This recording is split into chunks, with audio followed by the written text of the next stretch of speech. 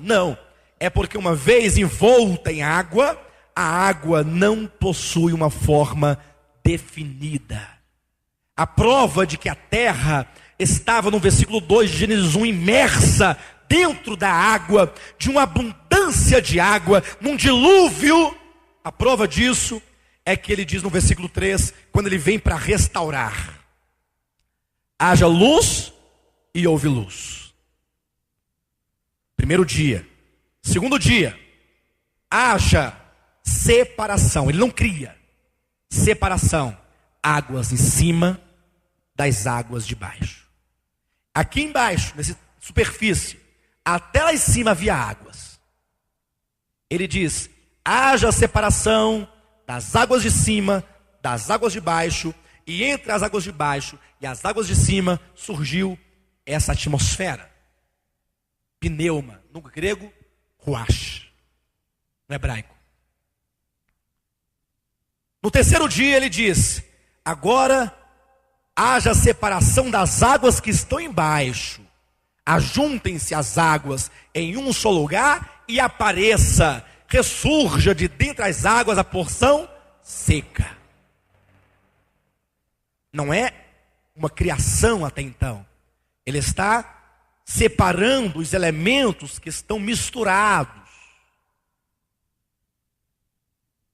Podem verificar. Com a queda de Lúcifer, a terra se tornou, inclusive, essa expressão sem forma e vazia aparece mais 2 vezes no Antigo Testamento, tanto em Isaías, e nessas outras 2 ocasiões em que aparece a expressão sem forma e vazia, elas significam o quê? Um ato de juízo divino. Quando diz lá em Jeremias capítulo 4, versículo 23, olhei e eis a terra sem forma e vazia. Jeremias teve uma visão. Aquela terra que ele diz sem forma e vazia não é a terra do princípio, porque o capítulo 4 de Jeremias retrata o momento em que Deus julgaria Israel, trazendo o exército babilônico. Então Jeremias, vendo de antemão o resultado da destruição de Jerusalém, ele falou: a terra está sem forma e vazia, usando uma expressão que quando a terra é julgada, a condição dela é sem forma e vazia. Lá em Gênesis capítulo 1, versículo 2, a terra estava sem forma e vazia, mostra que foi o resultado de um juízo de Deus sobre ela. E então o Senhor vem para restaurar. Ele vem restaurar a terra.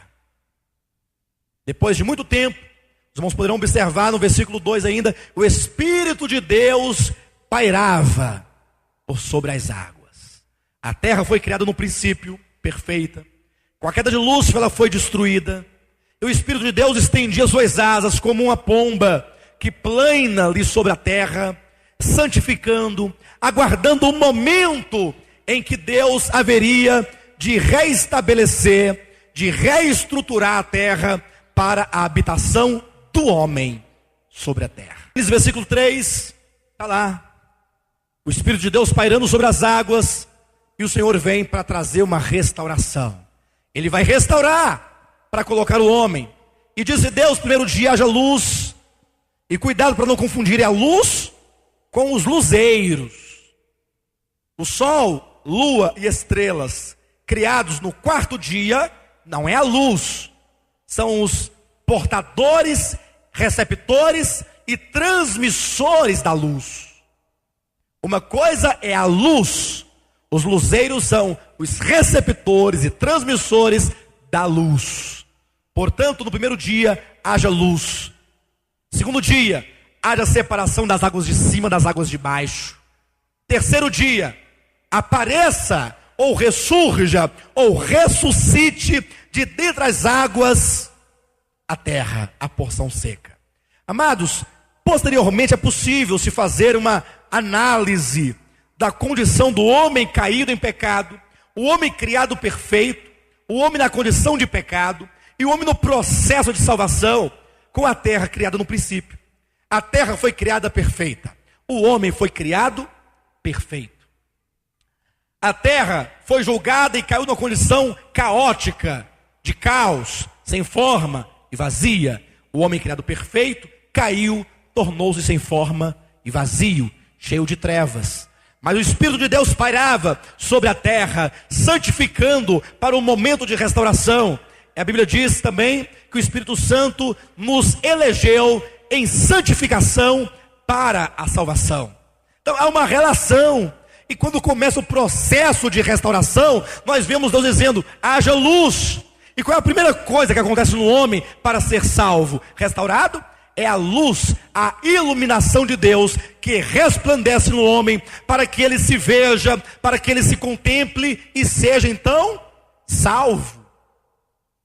Há uma relação, até que Deus vai levar a terra de uma condição caótica para uma condição em que Ele diz: tudo o que Deus fez é muito bom. E quando Ele começa então a recriar a terra, veja, Ele começa trazendo da vida elementar para a vida superior.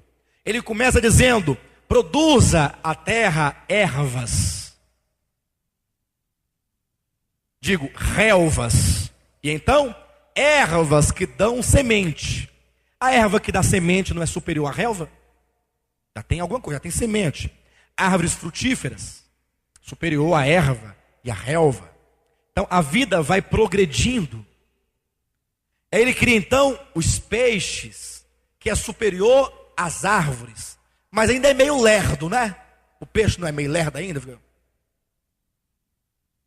Não é? Mas é superior às árvores. Aí ele cria as aves. As aves são mais ágeis, mais espertas. A vida vai se tornando superior. Aí Deus cria então os animais selváticos. E depois os animais domésticos. Como são inteligentes os animais domésticos. Você vê que o selvagem, ele é menos inteligente que o doméstico. O doméstico conversa com você? Quem já conversou com algum animal? Um gatinho, um cachorro? Você fala, ele entende o que você fala. É verdade. A minha mãe tinha um gato que fazia ginástica com ela. Ela deitava, quando jogava a perna para cá, o gato jogava a perninha também, mesmo jeitinho. Isso foi comprovado, já vimos várias vezes o gato fazer isso. Interessante, né? O gato é uma coisa engraçada que ele repete os outros que os outros fazem. E depois vem a vida superior, o homem, a imagem de Deus. Então a vida que é colocada nessa nova criação, ela é progressiva.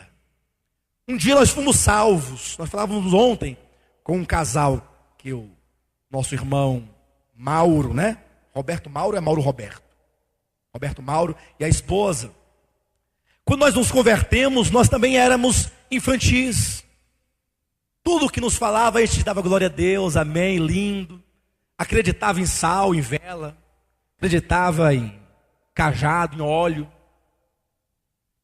Tudo isso. No repleplé. Acreditava piamente.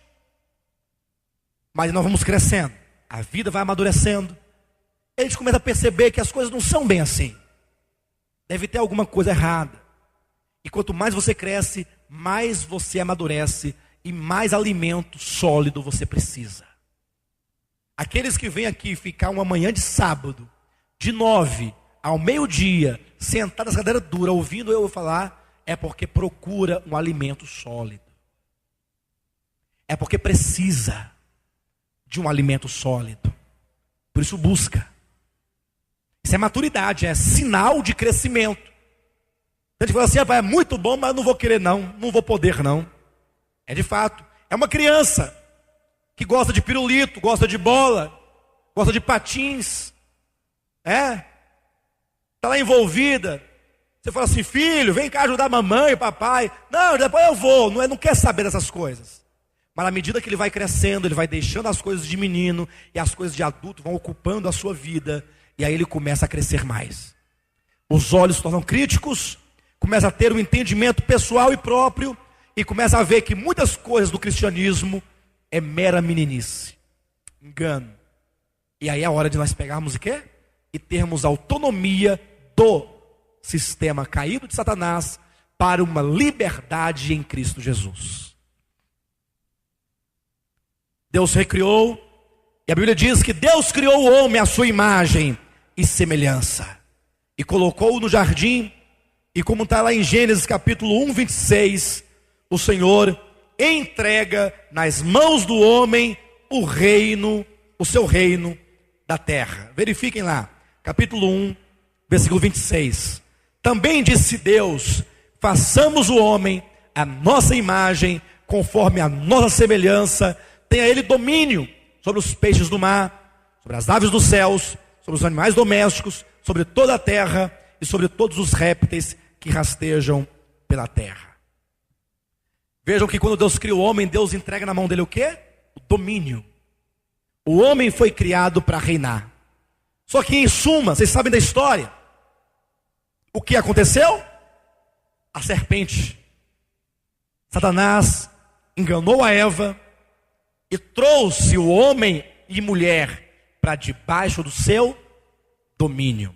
Quando o homem deu ouvidos à serpente, comendo do fruto que não deveria comer, o homem, ao invés de exercer domínio sobre toda a criação, ele se colocou debaixo da autoridade e do governo de Satanás. Por isso a Bíblia diz em Colossenses capítulo 1, versículo 13, que a humanidade está em um império das trevas. Mas sabe por que eu afirmo nas mensagens da soberania de Deus e de salvação que o homem simplesmente não pode decidir por Jesus? Eu resolvo ser salvo, eu vou me salvar agora, eu vou resolver. Ou então, não, eu não quero não, Jesus quer, mas eu não quero. Isso que a gente ouve tanto aí fora, porque quem pensa assim é porque não enxerga o mundo espiritual. Ser salvo ou não ser salvo é uma questão de governo, é uma questão de império. É o reino das trevas e o reino da luz. É preciso que alguém entre dentro do reino das trevas com autoridade para isso. E chegue lá, solte as amarras que prendem os homens no reino das trevas e o liberte do império do reino das trevas. Por isso em Colossenses 1,13 diz: Ele nos libertou do império das trevas e nos transportou para o reino do seu Filho. Amados, tudo o que acontece neste mundo é uma questão de reino. Por isso a mensagem do reino ela é tão importante para nós. O homem caiu sob o jugo, e aí o reino das trevas continuou governando sobre a terra. Satanás é chamado príncipe deste mundo, o Deus desse século, até o momento que Deus falou assim: Abraão, sai da tua terra, vem cá, eu farei de você uma grande nação. Deus começa em Abraão um reino. Ele quer entregar nas mãos de Abraão o reino de Deus. Abraão deveria gerar uma nação em cujas mãos estaria o reino compartilhado, dentro do reino das trevas, uma embaixada do céu na terra. Só que Israel fracassou no exercício da sua função. Israel não conseguiu jamais trazer o reino de Deus em expressão sobre a terra. O reino de Deus estava nas mãos de Israel, mas eles não conseguiram cumprir a tarefa de expressar, de manifestar e de cumprir esse ministério do reino de Deus em suas mãos. Há duas razões por que Israel fracassou. Duas razões. A primeira é porque quando Deus fala com Abraão, Deus faz um pacto com Abraão. Esse pacto tem que ser entendido. A segunda é que quando Deus chama Moisés, e lá está o povo de Israel em torno do Monte Sinai, Deus faz um pacto com a nação de Israel. Deus fez com Israel, ou pelo menos com Abraão e com Israel, dois pactos. Quando Deus fala: Abraão, sai da tua terra, da tua parentela, vem cá, eu vou te dar um filho, certo? E de ti vai sair uma grande nação, eu te abençoarei. Eu pergunto, que promessa é essa? E aqui eu quero falar algo, porque há uma teologia que fala sobre Israel.